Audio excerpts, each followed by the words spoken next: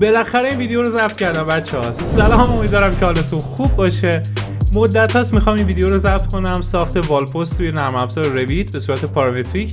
هر سری یه مشکلی پیش اومده، یا نشده یا وقت نشد، یا حتی 5 بار هم اینو ریکورد کردم ولی وسط ضبط اتفاقی افتاده و بالاخره اون ویدیو خراب شده. الان اگه مشکلی پیش نیاد میخوام بالاخره ضبطش کنم. قبل از اینکه بریم به سراغ ویدیو، یک کلیپ رو من گرفتم توضیح دادم سر ساختمان که والپست چی هست و نحوه اجراش به چه شکل و چجوری اصلا محاسبه میشه. این ویدیو رو با هم ببینیم، برمیگردیم میریم سراغ مدل ساز. سلام خدمت همگی، امیدوارم حالتون خوب باشه. اول اومدیم آشنا بشیم با والپست که چی هست و چجوری ساخته میشه، بعد بریم سر وقت مدل سازیش توی نرم افزار رویت به صورت کاملا پارامتریک.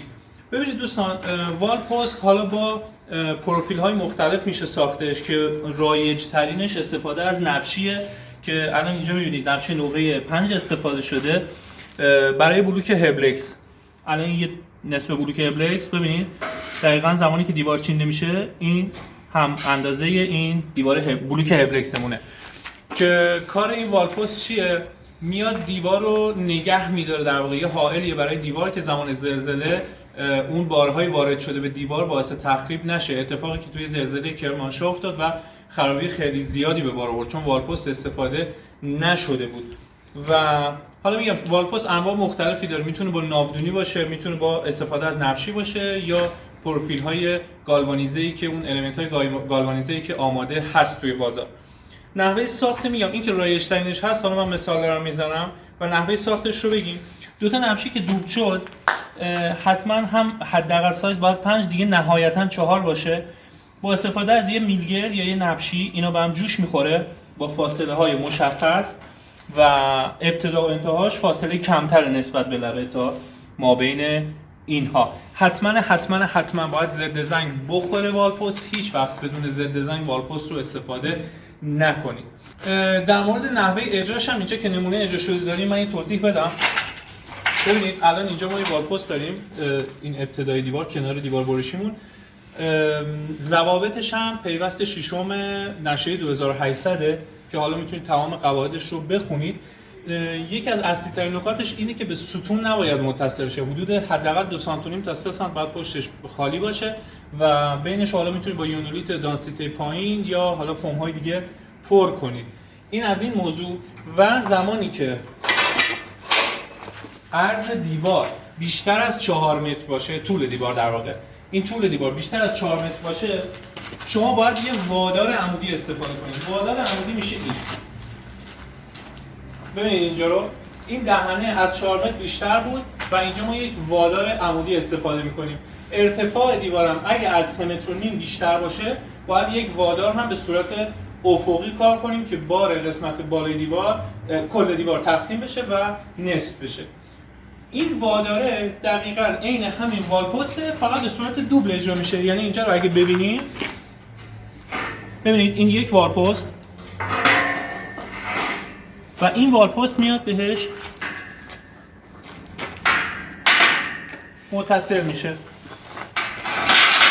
به این شکل که الان میریم نمونه اجرا شدهش هم توی ساختمان میبینیم. دقیقاً در اندازه اینا میاد جوشکاری میشه. فقط زمان اتصالش حتما این پایین و بالای اون با یه فاصله کم یه جوشکاری خیلی خوب باید بشه، چون جوش خیلی مهمیه. زمان زلزله دقیقاً از پایین یا بالا شروع میکنه به شکافتن که این جوش ها خیلی مهمن. خب میریم توی ساختمون نحوه نصبش رو هم ببینیم. خب دوستان، نحوه نصب والپست به این شکلی که شما روی کف و تیر بالا 2 تا پلیت باید بکارید. چجوری میکاری پلیت ها رو؟ میان 2 تا رول بولز به این شکل. این رول بولت کاشته میشه توی کف با دره سوراخ میکنه بر اساس نمره سوراخ پلیت. این رو کامل میکنید با چسب مخصوص سفت میشه و بعد که پلیت رو بذارید به این شکل، البته میاد تا روی کف کامل. از این ور با مهره این رو در واقع قفل میکنید توی این و این کامل میخوابه روی کف. حالا والپست چجوری نصب میشه؟ فرض کنیم این والپستمونه با این فاصله. خب این هم والپستی که دیدیم تو اسلاید قبل. بعد میام یه دونه نبشی تو دل اینا میکاریم بر اساس سایزی که داره و تمام نقاط اتصالشون رو به پلیت و به نبشی داخلش فول جوش میکنیم. این میشه نحوه اتصال با پلیت که حالا چند تا عکس هم میبینیم. خب همونجور که توی ویدیو دیدید بچه‌ها، می‌خوایم بریم به سراغ مدل سازی والپست توی نرم افزار رویت. همه نکات اجرایی و اینجور چیزا رو توی ویدیو گفتم و حالا می‌خوایم بریم سر وقت مدل سازی والپست به صورت پارامتریک توی نرم افزار رویت. اگه تازه با این چنل آشنا شدید، من سپهر درسری هستم و به صورت هفتگی آموزش‌های رو از طریق این چنل از نرم افزار رویت منتشر می‌کنم. پس اگه کاربر نرم افزار رویت هستید، همین الان اون سابسکرایب اون پایین بزن، زنگوله بغلش رو هم بزن که ویدیو بعدی از من منتشر میشه بعد نوتیفیکیشن بیاد. اگر هم ویدیو رو دوست داشتید، ممنون میشم ویدیو رو لایک کنید و برای دوستاتون شیر کنید که باعث دلگرمی منه. نکته‌ای، نظری، سوالی، پیشنهادی، انتقادی داشتید توی کامنت سکشن ها حتما برام بنویسید، چون خیلی برام مهمه. دلیلش هم اینه که به رشد کانال کمک میکنه. شما وقتی یک نکته رو از ویدیو در بیارید و بهم بگید، خب من سعی میکنم توی ویدیوهای بعدی برطرفش کنم که این به رشد کانال کمک میکنه. خب بیشتر از این صحبت نمی کنم، بریم سراغ نرم افزار رویت. خب ببینید بچه‌ها، ما والپستی رو که میخوایم بسازیم طبق عناصری که توی ویدیو دیدیم میایم توی چند بخش طبق روال کاریمون مدل سازی میکنیم. 1 نبشی ها، 2 میلگرد اتصال، 3 پلیت، 4 رول بورد. اون رول بوردی که توی ویدیو هم نشونش دادم، یه دونه‌شو از سر ساختمون بلند کردم که بیام نشونتون بدم. و این 4 بخش رو ما باید مدل سازی کنیم و مونتاژ کنیم. خب اول از همه بریم سراغ نبشی ها که میشه همون والپست اصلیمون. من پیشنهادم برای والپست بچه‌ها استفاده از استراکچرال کالم هستش، یعنی ستون سازه‌ای. توی آموزش های مشابه شاید دیده باشید که با مثلا سازهای خرپایی و اینجور چیزها بیان از در واقع ترفند بهتون بگن، اما حقیقتش چیزی نیست اون روش که توی پروژه های اجرایی به دردتون بخوره. تو پروژه اجرایی شما نمیاد یه دیوار 20 متری رو تمام تون والپست بذاری که همونم اگه خواستی بذاری از طریق این ویدیویی که دارم بهت میگم میتونی اری کنی، خیلی راحته. اما این خیلی میتونی در نهایت تر و تمیز و دقیق تر کارش کنی و اصولی تر اصلا. خب استراکچرال کالم رو انتخاب میکنم و اوپن. خب اوکی، وارد محیطش میشم. من این پنجره پراپرتیز رو بیارم همین سر جاش بذارم و اوکی. این رفرنس های اضافه رو دیلیت میکنم، نمیخوامشون. میام توی تایپ فامیلی تایپ.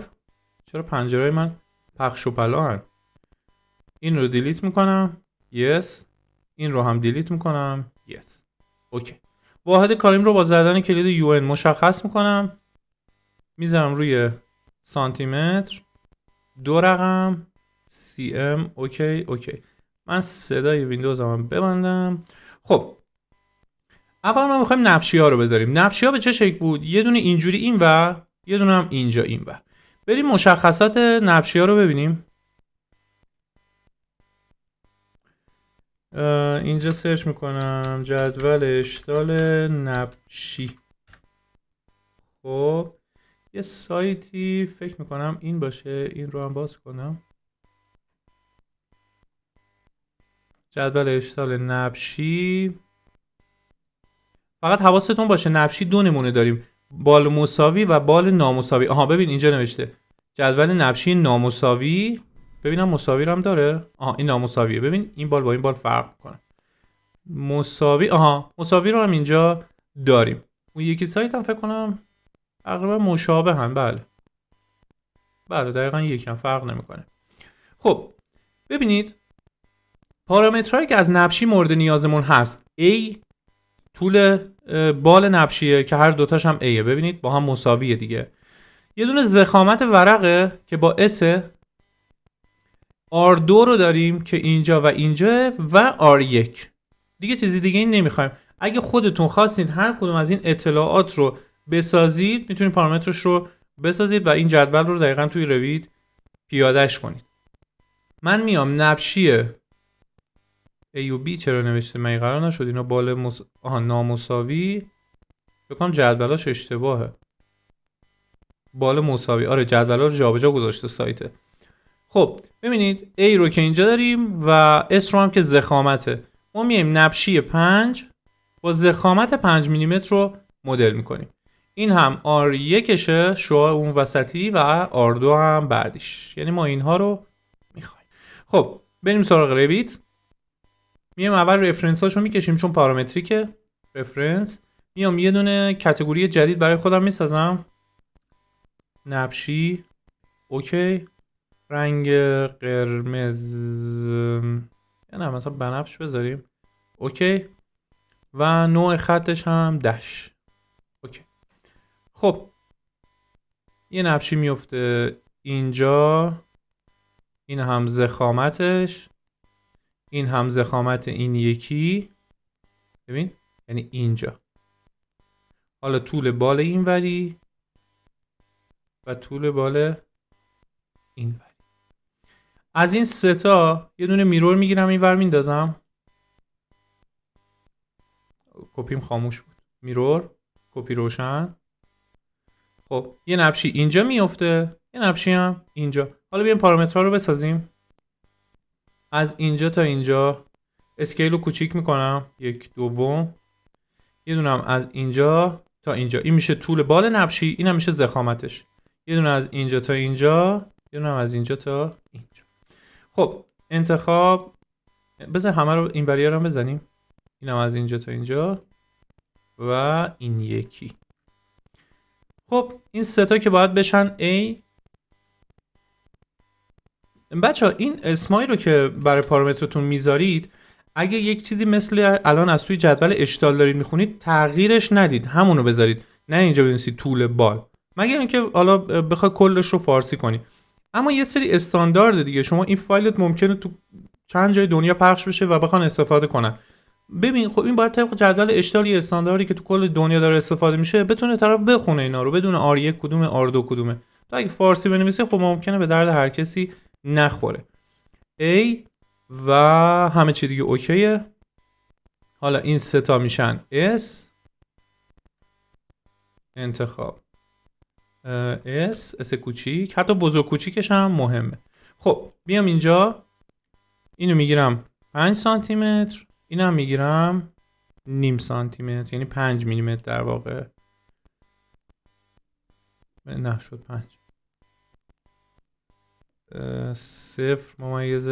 سانتی متر. اوکی. ببین یه نبشی میفته اینجا، یه دونه هم اینجا، دیوارم میفته تو دهنشون. خب حالا میام با فرمان اکستروژن با پیک لاین کلیک لاک، کلیک لاک. این کارو روی این خطوطی که قرار هست نبشی ساخته بشه کلیک میکنم و انجام میدم. اینجا لاک، اینجا هم لاک و این یکی هم لاک. خب تریم، اول اسپلیت کنم. اسلیم چیه؟ اینجا اینجا اینجا. تریم میبندم، اینجا رو هم میبندم و گوشه های پایینی. بیم این بری، اینجا و اینجا، اینجا و این یکی. خب این هم از این. الان پلان دوتا نبشی رو کشیدیم. حالا اون فیلت های لبه هاش هم بزنیم. فیلت، کلیک کلیک، اینجا کلیک کلیک، اینجا و این یکی. خب انتخاب، این دایمنشنش رو ثابت میکنم، دایمنشنش رو ثابت میکنم، دایمنشنش رو ثابت میکنم. انتخاب و این یکی. این دوتا بودن R2. R2 اوکی. این یکی هم R1 اوکی. برای این برام انجامش میدم. فیلت. میتونستم اول اینا رو بکشم بعد میرورش کنم، حالا دیگه مهم نیست، خیلی زمانی ازمون نمیگیره. اینجا ثابتش کنیم، این یکی هم ثابت میکنم و آخری. خب دوستان اینم میذاریم روی R2، این رو هم میذاریم روی R1 و تمام. فینیش، یا به قول ارسطو فینیتو. خب اینجا بذاریم روی کانسیستنت. بیایم اندازه رو یک بار چک کنیم. بال نبشون 5 بود، R1 مون 7 بود، 7 میلیمتر. R2 مون بود 3.5 میلیمتر و این هم که 5 میلیمتر. اوکی. این از نبشی ما. خب حالا باید چی رو مشخص کنیم؟ دهنه بین این دوتا نبشی که وال تیکنس میشه، ضخامت دیوار میشه. میام دایمنشن رو انتخاب میکنم. از کجا باید حساب شه؟ از اینجا. آجر اینجا چینده میشه دیگه تو این دهنه. میگم از اینجا تا وسط تا اینجا ایکوال باشه و بعد دایمنشنش رو بهم بده. پارامترش رو میسازم به اسم وال تیکنس و اوکی میکنم. خب ضخامت دیوار من مثلا میذارم فعلا 15 سانت. بچه این ضخامت ها رو هم دیگه میتونید توی اینترنت سرچ کنید. مثلا بلوک لیکا میخوای یا بلوک هبلکس میخوای، توی اینترنت سرچ کن خرید بلوک هبلکس. خب این شرکت هایی که میان سایتاشون کاتالوگ دارن دیگه، توی کاتالوگ سایزا رو نوشته، استاندارد هم هستن دیگه، موجوده توی بازار. در بیار و بر اساس اینها، بر اساس اون کاتالوگ این دهنه رو میتونی تنظیم کنی، یا اصلا تماس تلفنی بگی بگو آقا کاتالوگ پی دی اف تو برام بفرست. خودم از این کار خیلی میکنم توی پروژه اجرایی. خب این از این. بیان تو نمای بک کانسیستنت، بالاش باید قفل بشه به رفرنس بالایی. پس میزنم الاین، رو این کلیک میکنم. بذارید همین الان اینو یه ذره بریم پایینتر، مثلا بگیریم 3 متر. خب حالا الاین اینجا و روی لبه این نبشی کلیک میکنم و 100% قفل میکنم. بیایم اینجا. خب تا اینجا که عالی داره پیش میره. بیایم متریال رو هم بهش بدیم انتخاب. اینجا قسمت متریال روی این مربع اسوسییت پارامتر، از همین استراکچر متریال استفاده میکنم و حالا میام اینجا متریالش رو هم میسازم و رایت کلیک میکنم و رینیم. زد دیزاین نمیدونم به انگلیسی چی میشه دیگه. این رو چون بچه من همیشه گفتم توی پروژهاتون یا انگلیسی یا فارسی، قراقاتی دیگه برقور درست نکنید. برقور همه جا داریم دیگه. آره فقط مال ما. خب بیایم اینجا از این آبی استفاده میکنم، اوکی میکنم، اپلای میکنم. خب این تا اینجا. حالا بریم میلگرد اتصال بینشون رو درست کنیم. میام توی فایل نیو فامیلی، از مدل فیس بیس استفاده میکنم. جنریک مدل فیس بیس اوپن. خب ما یه دونه پارامتر اول میسازیم برای اندازه میلگرده دیگه که اونجا همراه وال تیکنس تغییر سایز بده. میایم اینجا یه رفرنس اینجا، یه رفرنس اینجا، الاین دایمنشن اینجا و این یکی قطعه دایمنشن. پارامترشو میسازم لنس فارسی بود لنس و اوکی میکنم. حالا میام تو نمای لفت، چون باید میلگرده رو خوابیده بکشمش دیگه که اونجا بچسبه تو دل نبشی. یه دونه رفرنس هم اینجا میکشم. دلیلش رو بعد از ترسیم میگم، الان بخوام توضیح بدم بیشتر گیج میشید. یه پارامتر بهش میدم،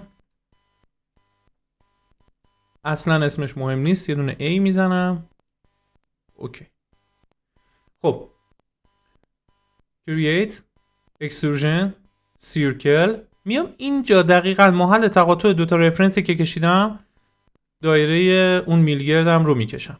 قبل از اینکه فینیشش کنم یه دونه دایمنشن دیامیتر قطر بهش میدم که سایز میلگرد رو مشخص کنی. یه موقع مهندس ساز توی پروژه میگه که آقا اتصال این دوتا باید با میلگرد مثلا 12 باشه، با میلگرد 8 باشه، 10 باشه، بتونی تغییرش بدی، پارامتریک باشه.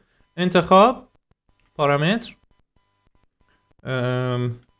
ریبار سایز،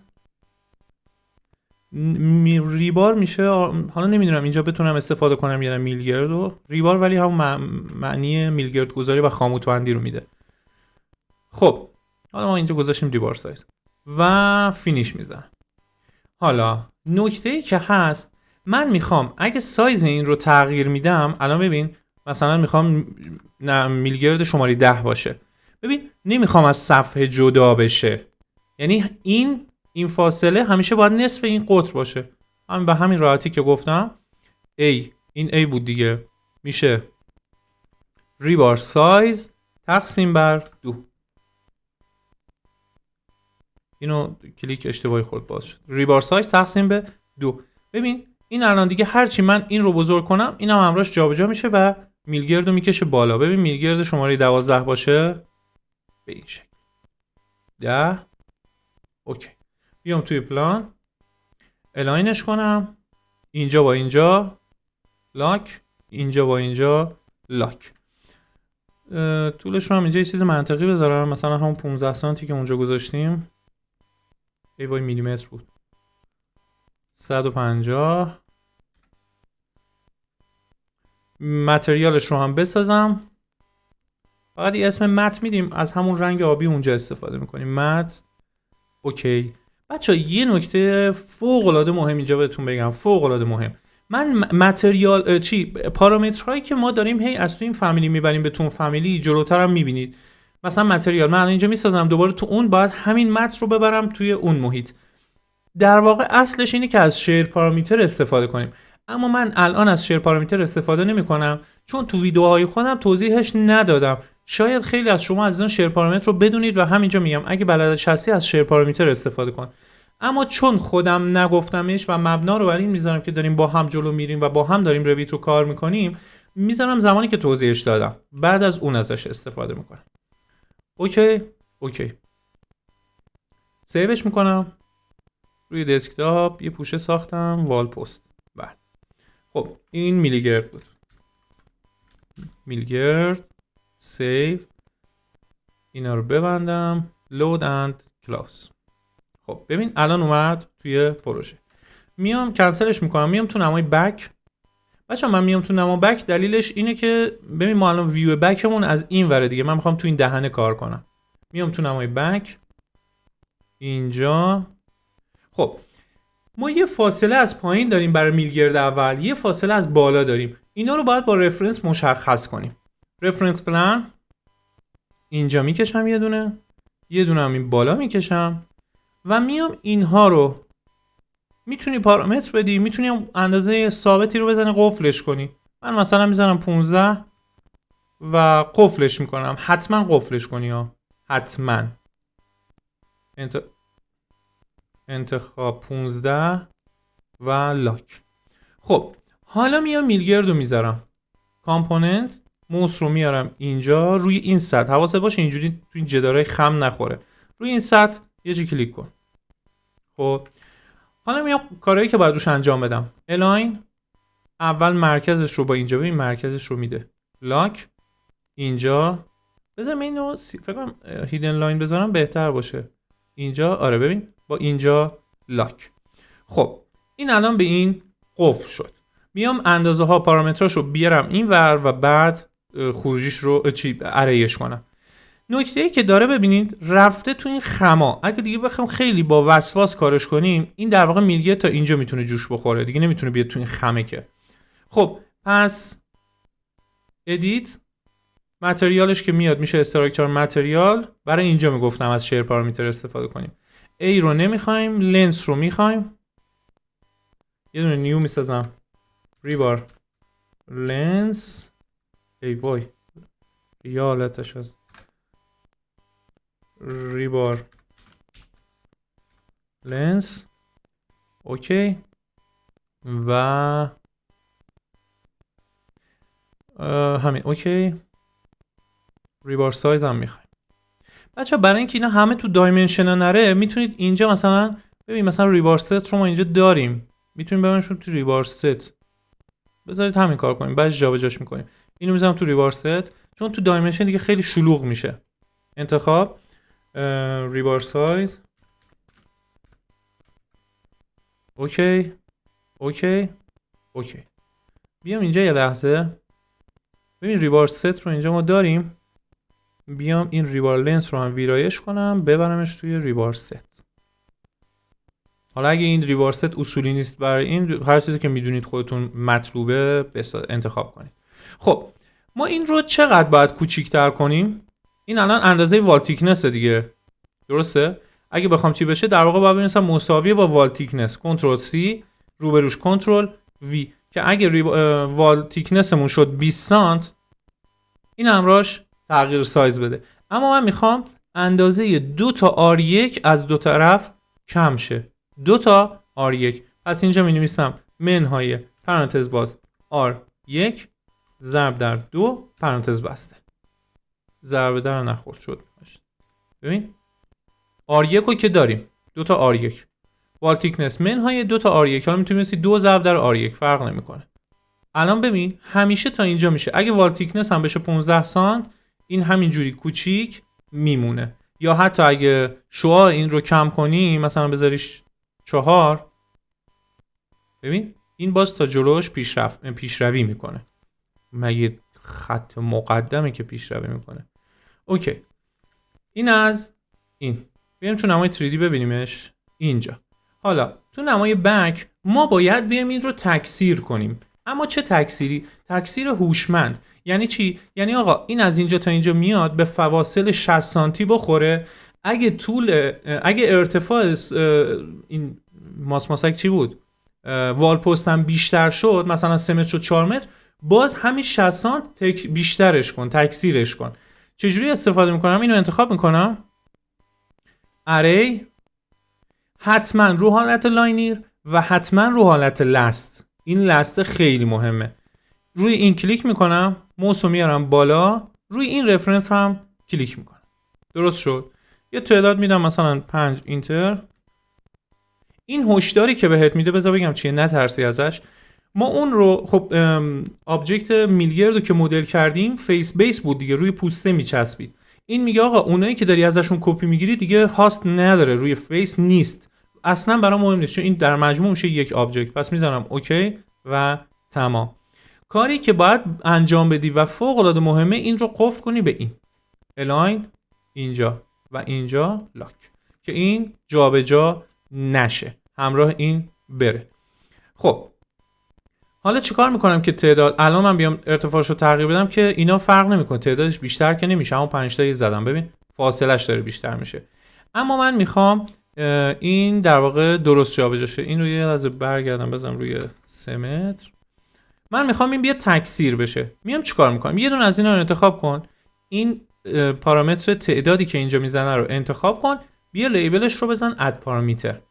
خب یه اسم باید بهش بدی. میزنم ریبار نامبر. از نوع اینستنس دقت کن، از نوع اینستنس میذارم. دلیلش رو جلوتر بهتون میگم چرا. اینم میبرم توی ریبار ست و اوکی. خب حالا ما میخوایم بگیم چی؟ توی فرمولش ببینیم تو ریبار نامبر میخوایم بگیم آقا ارتفاع تقسیم به 60. ارتفاع هرچی بود تقسیم به 60 سانتش کن. اما ما اینجا چیزی به اسم ارتفاع که نداریم، پارامتر ارتفاع نداریم، پس باید بسازیم. یه دونه دایمنشن میزنم از این لول پایین تا لول بالا. ببین این. حالا میام به این پارامتر میدم که بشه ارتفاع. اما ببین چون دوتا رفرنس در واقع هاستن، مال خود تمپلیتن، شما نمیتونی انتخاب کنی تایپ باشه یا اینستنس، مجبوری از نوع اینستنس استفاده کنی.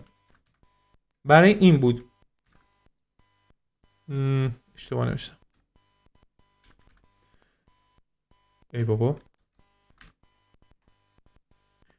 ارتفاع رو میارم توی ریبار ست. آخرم بچه آیش نخورد. اوکی. خب حالا شاید بگی اونو چرا گذاشتی اینستنس؟ شما زمانی میخوای از یه پارامتر توی فرمول یه پارامتر دیگه استفاده کنید، دوتاش باید یه نوع باشه، یا باید تایپ باشه یا اینستنس باشه. خب حالا اینجا ارتفاع کنترل C بیاد روبروی ریبار نامبر کنترل V تقسیم بر 60 CM. ببین حالا حساب میکنه. الان اگه ارتفاع بیاد بشه 5 متر، ببین به همون فاصله داره تکثیرش میکنه. 8 فوق العاده جذاب و دوست داشتنی. این از این. خب میریم سر وقت اینو بچه سیوش کنیم اون نپره. وال پست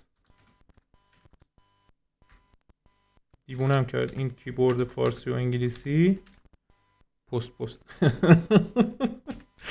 وال پست سیو.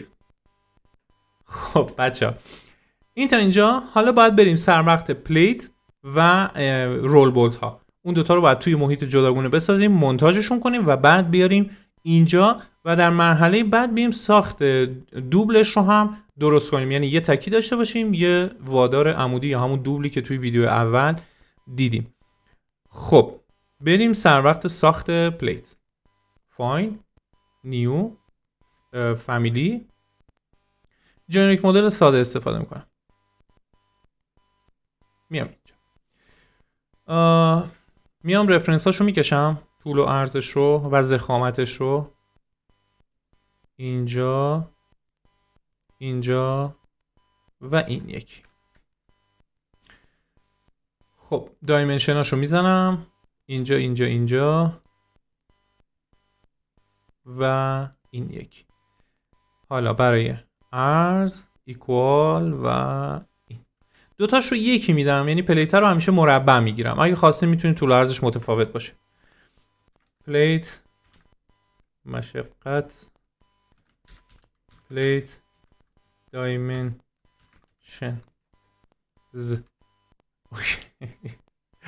خب create extrusion. بچه قبل از اینکه وارد اکستروژن بشیم میخوام جای سوراخ بولت ها رو هم روی پلیت بذارم، پس همینجا رفرنس هاشو میکشم. create reference plan، اینجا، اینجا. از شلوغ شدنش لطفاً گیج نشید، بذارید حتی من رنگ اینا رو بیام براتون عوض کنم که میام شلوغ نشه، گیج شید. هولز یا برش های سوراخ قرمز. اوکی.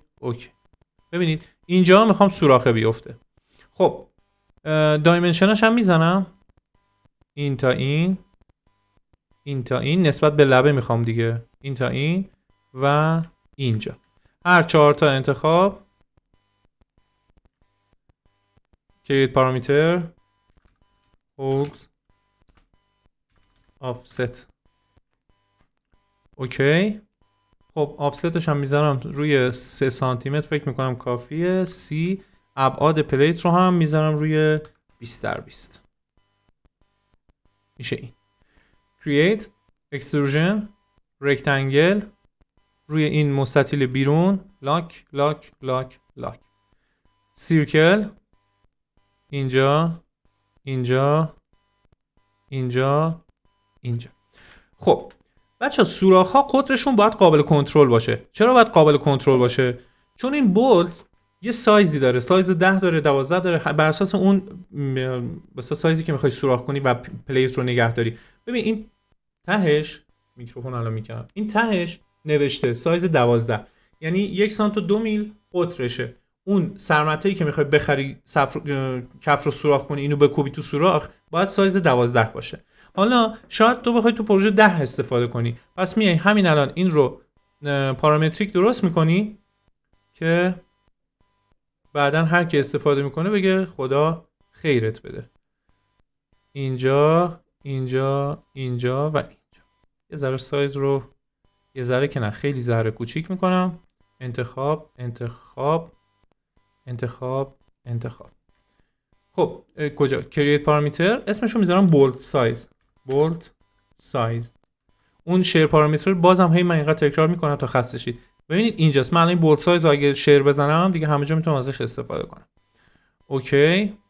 خب سایزش هم باید بشه فعلا همون 12 و فینیتو. خب حالا ضخامت پلیت هم باید بدیم دیگه، این کمد شد. بیایم تو نمای فرانت، یه دونه رفرنس پلن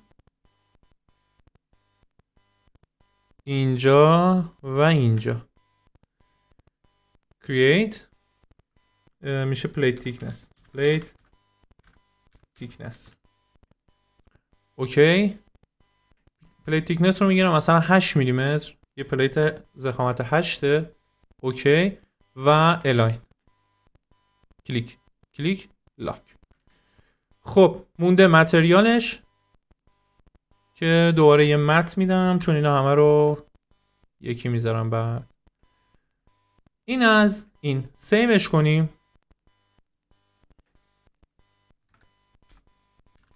پلیت. خب حالا باید بریم سراغ بولت. پیشنهاد میکنم یه میام برنامه ببینیم، یه استراحتی کنیم، چون هم من دیگه گلوم داره میسوسه از بس حرف زدم، هم شما مسلما دیگه از ریخت و حرف زدن من دیگه خورده تکراری شد براتون، خسته شدید. یه استراحت کنین، یه چیزی با هم ببینیم میام برنامه و برگردیم. خب دوستان، خوش برگشتید به ویدیو. بریم سراغ ساخت بولت. این کاری که الان کردیم میام برنامه، تو این ویدیو دفعه اولی که دارم این کار میکنم. اگه براتون جذابه و واقعا به خستگی دیدن آموزش کمک میکنه، بگید توی کامنت ها، توی کامنت سکشن ها برام بنویسید که دوست داشتید یا نه که این کار رو تکرارش کنیم. اگه دیدید نه واقعا نیاز نیست، حذفش کنیم. این تست بود تو این ویدیو. خب حالا بریم سر وقت ساخت بولت یا همون پیچ و مهرش که این باشه. قبل از اینکه بریم سراغش دو تا نکته بگم. بچه‌ها، ساخت پیچ و مهره یک سری قلق‌ها داره، ممکنه یه ذره زمان بر باشه. این از این نکته. و نکته بعدی این که ما الان توی این ویدیو من نمیام این رو با تمام رزوه‌ها و حدیدها و این پخای لبه بگمش، چون خارج از حوصله این ویدیوه. اما حتما قولش رو میدم توی یک ویدیو، حالا یا تو اینستاگرام یا تو یوتیوبم، نحوه مدل سازی پیچ و مهره با تمام این رزوه‌ها و حدیدها رو به صورت پارامتریک بهتون بگمش. ما فعلا فقط این رو از این قسمتی که از پلیت به بالا میفته، واشر، مهره و پیچ رو به صورت ساده، یعنی یک استوانه میذارم. بعدا مدل سازی تمام دیتیلینگش رو توی یه ویدیو دیگه میگم، چون میگم سخته. و نکته دوم، ما باید این پیچ رو دو تا بسازیم. یکی برای بیس پلیت پایین که اینجوری نصب میشه، یکی برای بیس پلیت هایی که توی سقف میخوره، یعنی به صورت برعکسه. شما همه عناصر میتونید خیلی راحت برعکسش کنید، اما من میگم دو تا بسازیم، چون چند ضلعی رو شما نمیتونی میرور کنی، پاکش میکنه به همین راحتی. برای همین یکم کارمون رو سخت میکنه که باید دو تا بسازیم. خب بریم سر وقت ساختش. من میام اینجا فایل، نیو، فامیلی، میتونیم فیس بیس انتخاب کنیم. دوباره فیس بیس انتخاب میکنم، اوپن. خب یه دونه‌اش رو میام مدل میکنم، اکستروژن، سیرکل، این وسط. خب به این دیامتر میدم، من اسکیل رو کوچیک کنم. دیامتر میدم برای اینکه بولتمونه دیگه. سایز بولت رو شما توی پروژه میخوای تغییر بدی، قرار یه جا 12 کار بشه، ببینید شماره‌شو این تهش زده 12، مثلا باید 10 باشه، 8 باشه. بر اساس نمره این باید این رو تغییر بدید. اگر هم نخواستید که نمیذارید. بولت سایز، بولت سایز، این رو هم داره صدا میده. اوکی و فینیش. ارتفاعش هم میگیرم 4 سانتی متر، یعنی این رو میگیرم پیچ. حالا بیام واشر و مهره هم بذارم. بیام توی پلان، create، extrusion، circle، یه دایره که میفته دور این، یه دایره بزرگتر، دوباره دیامتر، این که همون بولت سایز میخوره. و این فاصله برای اینکه حفظ بشه میام یه دونه دیامتر بهش میدم و یه پارامتری اسم علکی هم مثلا A میذارم براش. اوکی فینیش. خب میخوام این A همیشه مثلا 10 میلیمتر از بولت سایز بزرگتر باشه. میام میگم بولت سایز رو کپی میکنم روبروی A به اضافه 10 mm. ببین حتی بولت سایز زیاده، این 20 نباید باشه، 12 به این شکل. فینیش. ضخامتش هم میگیرم 1.5 میلیمتر. ببینیمش توی 3D. ببین به این شکل. حالا یه مهرم میاد روش، البته از از 10 میلیمتر یه مقدار بیشتره، مثلا 12 میلیمتر. اوکی. خب یه مهرم بیام روش بذارم توی پلان، create، extrusion، circle، یه دونه اینجا و یه چند ضلعی، 6 ضلعی در واقع اینجا. خب به این داخلی دیامتر میدم، دیامتر و همون بولت سایز مجدد. اون بیرونیه دیگه نمیخواد، تو سایز مختلف آنچنان فرقی نداره دیگه. الان زمان خیلی پاش نمیذاریم. از 1.5 میلیمتر شروع بشه تا 10 میلیمتر به این شکل. درست شد. اینو بزنم روی کانسیستنت ببینمش. خب انتخاب، میام کاتگوری، و اینجا بهش اسم میدم چیز متریال زدم دیگه. آره خب می‌نویسم screw and نات. اسکرو میشه پیچ، نات میشه مهره، واشر هم که میشه هم واشر. بازم سرچ کنید که یه دفعه من شاید املا یا کلا معنی رو اشتباه نگفته باشم. خب این از این. حالا بیام تو نمای فرانت یه دونم برعکس میخوایم. حالا یا همینجا درستش میکنیم، دو تا تیپ میسازیم براش، یا اینکه کلا یه پیچ جدید. فکر میکنم پیچ جدید. اینو سیو میکنم خب به اسم بولت پایین سیو. فقط هم به خاطر این چند ضلعی است بچه‌ها، وگرنه همشو میتونستیم فقط میرور کنیم.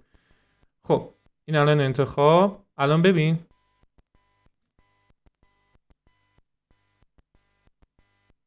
روتیت نمیشه. الان فقط اینا رو بگیرم روتیت میشه، فقط این نمیشه. مهم نیست. حالا انتخاب موو، اینو میارم زیر پوسته. بچه‌ها بگم چرا دارم اینو برعکس و اینجا میکشمش. شاید بگی خب همونو بیار رو فیس دیگه، بیارش زیر. الان ببین چه اتفاقی میفته. من یه کنترل زد بزنم، این بولت پایینه، لودش کنم توی پروژه پلیت. ببین این روی پلیت همه درست، اما زیر پلیت نمیچرخه. ببین باز به سمت بالا میگیرش. من باید این رو برعکس بزنم. این به سمت پایین نمیاد، تو جداره میاد اما منفی نمیشه، به سمت بالا میره. اما روی پلیت اوکی. خب میام اینجا انتخاب موو، میارمش این پایین. حالا بچه اگه راه دیگه ای برای این معضل سراغ دارید، واقعا معضله، پیشنهاد بدید. این هم میشه منفی 40. میام این رو سیو از میگیرم، فامیلی بولت بالا سیو. خب اینم لود میکنم توی پلیت. این گیج شدم زیرش کدومه؟ اینه. آها ببین حالا الان این به سمت منفی میخوره. خیلی خوب این چهارتا رو میذاریم اینجا. اون چهارتا رو هم بولت پایین میذاریم اینجا. حالا اینجا یه خورده کار داریم. بیم توی پلان یه ذره انرژی افتاده، دوباره سر حال شیم. شما هم حوصلتون سر میره یواش حرف زدن من. اینجا لاک، مجدد اینجا لاک. و این قسمت یه کار خیلی باحال میخوایم بکنیم بچه‌ها. میخوایم از پارامتر yes و no استفاده کنیم. ویزیبیلیتی که کجا خاموش باشه کجا روشن باشه. یک بار دیگه اینجا که خیلی پرکاربرده، دارم ویدیوش رو برای توی اینستاگرام آماده میکنم. استفاده از پارامتر بولیان. اینجا لاک، اینجا لاک. این از این لاک، قفل و قفل. خب تمامشون اوکی شدن. حالا اول تست کنم ببینم اگه ابعاد پلیت عوض شه چه اتفاقی میفته. ببخشید من گوشیم زنگ خورد، پرتش کردم اون طرف که حواسمو پرت نکنه. ببینم پلیت رو اگه تغییر بدم، مثلا بزنم 30 سانتی، همشون جابجا میشن. بله فاصله ها حفظ میشه. خب نکته ای که هست، من باید پارامترهای اینها رو بیارم این طرف. دوباره متریالش رو بیارم، screw and not. ای بابا screw and not. اوکی. خب A رو که نمیخوایم، بولت سایز رو ما اونجا ساختیمش برای قطر سوراخ‌ها، یادتون هست؟ از همون استفاده میکنیم بولت سایز. اوکی تمام. برای این یکی هم استفاده همون کارا رو میکنم. خب این که screw and not رو داریم، بولت سایز رو هم داریم و یا به. خب این از این. حالا اون کار جالبی که گفتم، ببینید من میخوام زمانی که پلیت پایین میذارم بالایی‌ها روشن باشن، پایینی‌ها خاموش، و همینجور برعکس بالا میذارم اینا خاموش بشه. خب میام چیکار میکنم؟ اینا انتخاب، روبروی قسمت ویزیبیلیتی اینجا یه دونه کرییت پارامتر میکنم. اسمش رو می نویسم بالا، یعنی زمانی که یا بذارید اسم رو درست، آره بالا، زمانی که میخوایم پلیت بالا بذاریم اینا باید روشن باشن. اوکی اینا مثل همون create پایین. اوکی خب الان این ویزیبیلیتی رو روشن بذارم باشه، پریویو ویزیبیلیتی. بیایم اینجا، حالا ما 2 تا پلیت میسازیم، یه دونه پلیت پایین یه دونه پلیت بالا. کلیک اینجا edit create type میزنم base 60 base plate. اوکی خب میگم تو حالت بیس پلیت بالا خاموش باشن. آره بالا خاموش باشن. ببینیم ببین الان که تو بیسه اینا روشنه. حالا دوباره کرییت میکنم، میگم تاپ پلیت اوکی میکنم، برعکسش میکنم. پس ببین الان شد بیس پلیت این شکلیه، تاپ پلیت این شکلیه. بسیار خوب. این هم از این کار لذت بخش و جذاب. بچه‌ها من در حدی نیستم که بخوام، در اون جایگاهی نیستم که بخوام نصیحت کنم، اما طبق تجربه یه چیزی بهتون بگم، همیشه کاری رو انجام بدید، کاری رو انتخاب کنید که واقعا باهاش حال میکنی، حتی اگه هیچ بحث پولی توش نباشه، واقعا از اون کار لذت ببری. ثانیه شماری کنی صبح بشه شروع کنی اون کارو، ثانیه شماری کنی برسی خونه، برسی دفتر، شروعش کنی. من واقعا از مدل سازی لذت میبرم، سعی میکنم همه انرژیمو توی ویدیوها بذارم، اما بعضی کارها همونجور اول این ویدیو گفتم واقعا خسته کننده میشه. همین الانم وسط کات زدم یه مشکلی دوباره پیش اومد، اما دیگه واقعا نمیتونم ویدیو رو دوباره از اول بخوام ریکورد کنم، توانش رو ندارم. اما واقعا لذت میبرم از کارم، خسته نمیشم. شما هم همین کارو کنید. هیچ وقت کاری رو به خاطر پولش انجام ندید، چون زده میشید. بعد یه مدت کوتاهی خیلی به چشم دیدم توی دور و بریام، ولی خب زمانی با کار تو با لذت انجام بدی پول هم میاد، مطمئن باش. تمرکز کن روی یه کار. بازم میگم ببخشید من اصلا در جایگاهی نیستم که بخوام نصیحت کنم، اما طبق تجربه پیشنهاد دادم. حالا خوددانی. خب اینو سیو کنیم، پلیتمون روی همون پلیت سیو، و این چیه؟ پیچ رو هم ببندیم، این رو لود اند کلوز کنیم توی پروژه و بیایم توی پلان. خب create component، ببینید اینجا میاد. خب ما دو نوع داریم، یه پلیت بیس داریم یه تاپ. بیس رو میذارم اینجا. خب ببینید بچه‌ها یه نکته ای هست، پلیت رو این پایین که میذاریم یه ذره مساوی نیست. میبینی فاصلهش تا این پیچ ببین چقدره، ولی تا این کمه. در واقع باید وسط نبشی بخوره وسط پلیت. پس میام یه دونه رفرنس میکشم، ببین اینجا این وسط بال نبشی، اینجا یه دونه میکشم، همیشه هم میزنم ایکوال باشه، از اینجا تا اینجا تا اینجا ایکوال. نه دیگه پارامتر نمیخواد که اگه بال نبشی هم تغییر کرد این وسط بمونه. حالا میزنم الاین اینجا و بذار یه ذره این رو جابجا کنم ببینین. الاین ببین اینجا با وسط پلیت لاک، اینجا با وسط پلیت لاک. تمام. ببین عالی شد، یعنی به به. خب این از این. فقط یه نکته نه اوکی همه چی اوکی. خب بیایم اینجا بچه‌ها، اگه خواستید میتونید این پیچه رو یه ذره با وسواس بخوایم چیز کنیم. پیچ رو انتخاب کنم، بیام تو نمای فرانت، میتونی این پیچه رو تا یه سایزی مثلا بیاریش توی کف، تا یه حدی بیاری که باز نماد بولتو داشته باشه. این رو سیو کنم. بله لود اند کلوز توی پلیت جایگزین شه، و حالا این پایینی هم همینجور ادیت فامیلی، بیام تو نمای فرانت انتخاب، اینم تا یه حدی میارم با اندازه دیگه. من چون دیگه همه اینا رو بهتون گفتم و خیالم راحته به اینا مسلطید، بدون پارامتر دارم پیش میرم. لود توی پلیت بله جایگزین شود و سیو شود، یس شود، لود شود، اوورراید. ببین اینجوری که بعدا توی کف میذاریش یه حالا وجهه بهتری داشته باشه. خب حالا من میام یه دونه از همین بالا میذارم، بیام تو نمای فرانت، انتخاب، میرور که نمی کنم، کپی میکنم اینجور بالا، بیام اینجا موو یا الاینش کنم، قفلش کنم، الاین، کلیک، لاک. خب انتخاب میگم از نوع تاپ باشه که پیچا برعکس بشه. ببینید اصلا دیگه جای صحبت باقی نمیمونه. انتخاب، حالا باید پارامترها رو بیارم اینور.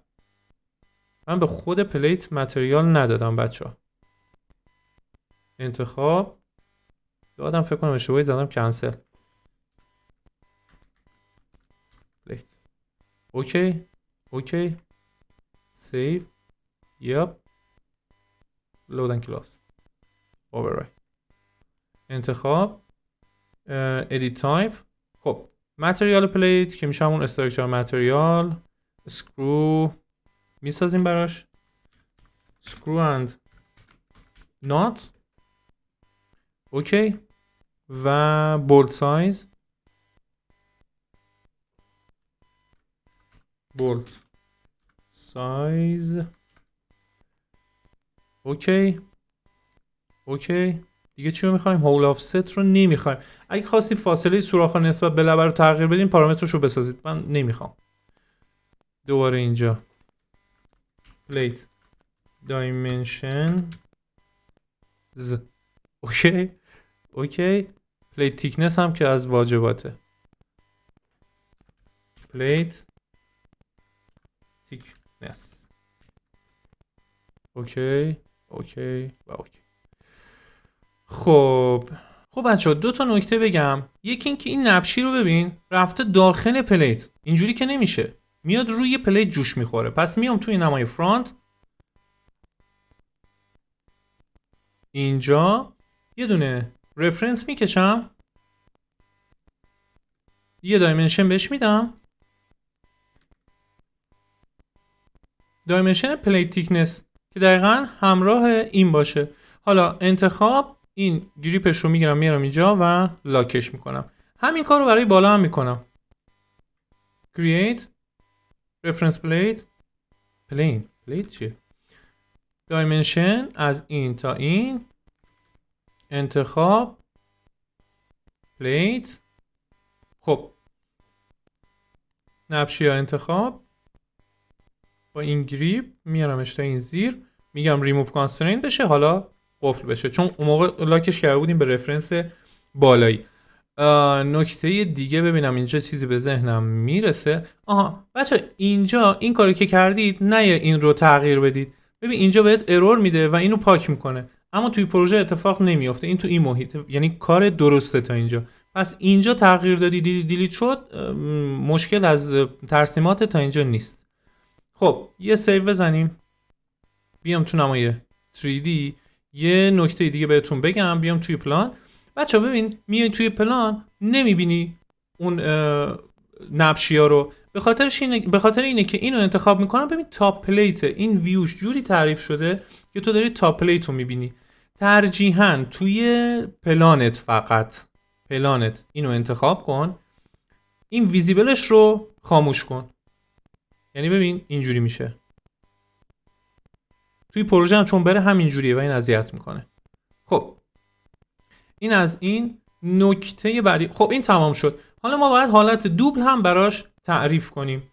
من میام اینجا میگم که آقا این پلیت و پلیت بالایی حالت ویزیبلشون کرییت نیو میکنم، برای حالت والپست تکی باشه. نبشیه که تکون نمیخوره، نبشیه هست هیچی. اوکی، اینها میگم برای حالت تکی باشه. حالا همینجور که انتخاباً یه کپی میزنم. خب باید از این پلیت ها یه دونه هم کپی بگیریم، وسطش بیفته اینجا که زمانی دوبل میشه در واقع نبشی ها وسط بیفتن. خب همینجور که تو حالت انتخابه من یه بار اسکپ رو میزنم، همین جدید و انتخابن، میام روی ویزیبل کلیک میکنم، میگم که اینا برای دوبلن. اوکی و اوکی دیگه، آره کاری نداره. اوکی خب حالا میام اینو روشن کنم که بیام تو نمای 3D. خب الان بیایم اینجا. حالا اینجا باید حالت تکی و دوبل رو بسازیم. تکی، این تکی و دوبلی که داریم اینجا میسازیم خود وال پسته. خب تکیه زمانی که هست یعنی دوبل خاموش. درست شد؟ این از این. زمانی که میام یه دوبل میسازیم، اوکی، میگم توی دوبل تکی خاموش. درست شد؟ حالا این تا اینجا بالایی هم چک کنم. بله درست. حالا باید این نبشی ها هم در واقع همین اتفاق براشون بیفته، میرور بشن. خب میام این رو میذارم روی وایر فریم که ببینم بعداً اون حساب اونا رو میرسم که هی توی پلان دیده میشن. این انتخاب و میام یه دونه میرور ازش میگیرم، میرور کپی روشن باشه اینجا. خب این تکیه که هم تو هر دو حالت باید روشن باشه، جاش هم ثابته، فقط این میمونه. این انتخاب میام از همینجا روبروی ویزیبل میذارم رو حالت دوبل و همینجور میلگرد این نکته داره چون ارایش کردیم گروه شده، میام روش دبل کلیک میکنم، وارد گروهش میشم، انتخابش میکنم، میرور نسبت به این طرف میرور باشه، اون تکیه دوباره سر جاشه، میرور برای این انتخاب میکنم، میرور شده رو میذارم رو حالت دوبل. تو همین گروه هم این کارو میکنم که رو همه اعمال بشه، هرچی ازش میسازه. بیام تو نمای 3D، ببین عالی شد بچه‌ها، ببینید به این شکل. خب این که باشه اینجا. الان بیام تست کنیم دوبل و تکی رو. تکی عالیه، دوبل عالی. بیام توی پلان، یه لحظه، من توی پلان بیام دوباره این رو ویزیبل رو روشن کنم، این هم بزنم رو حالت کانسیستنت. خب این تاپه. این الان چون دیگه پارامتر بهش دادیم متاسفانه نمیشه خاموشش کرد. خب چی کار میتونیم برای این بکنیم؟ بذاریم هاید فعلا باشه، ببینیمش، لودش کنیم توی پروژه. پروژه باز ندارم. سیو، فایل، نیو، اوکی. خب حالا میام اینجا یه دوتا فلور میکشم، فلور سازه. نداشتین هم اتفاقی نمیفته ولی من میکشم که حالا ببینیم چه اتفاقی داره میفته. فینیش، بیام تو نمای 3D انتخاب، کپی، توی لول بالایی هم یه دونه بذارم. اوکی. خب اینا رو هاید کنم، انتخاب نشد، هاید، کاتگوری، این هم بذاریم روی کانسیستنت و حالا بیام لودش کنم، لود اینتو پراجکت. خب ببینید به این شکل الان اینجا ما داریمش. حالا نکته‌ای که هست حتما این رو چک کنیم روی حالت هیت باشه تا لول 4. خب میام شروع میکنم گذاشتم. ببین تکی داریم و دوبل. من تکیه رو اینجا یه دونه میذارم. ببینید قبل از ترسیم داریم میبینیم ولی بعد از ترسیم به خاطر اون بحث پلیت بالایی نمیبینیمش. میام از دیتیل لاین الان بهتون میگم چجوری دیتیل لاین ترسیم میکنیم دیگه درست میشه. خب میام اینجا یه دونه دوبل این وسط میذارم، اسپیس میذارم بچرخه، حالا با یه فاصله بیشتر و دوباره مثلا اینجا تکی رو به این طرف. خب بیام تو نمای 3D ببینمش. خب چه مشکلی پیش اومد؟ بالاش رو ما به این قفل نکردیم. بیام توی همین قسمت توی نمای فرانت، اینو البته ما اینجا لاک. خب نه مثل اینکه لاک آها من اونجا اومدم بهتون بگم اشتباه نکنین، این لاکش پرید. سیو و لود جایگزین. صبر میکنم تا درست شه. بسیار عالی. خب نکته ای که میبینین پلیت ها رفته داخل، خیلی راحت. اینا ستون سازه ای هن دیگه. انتخاب، اتچ تو تاپ، کلیک رو تاپ. ببین دیگه چی میخوای؟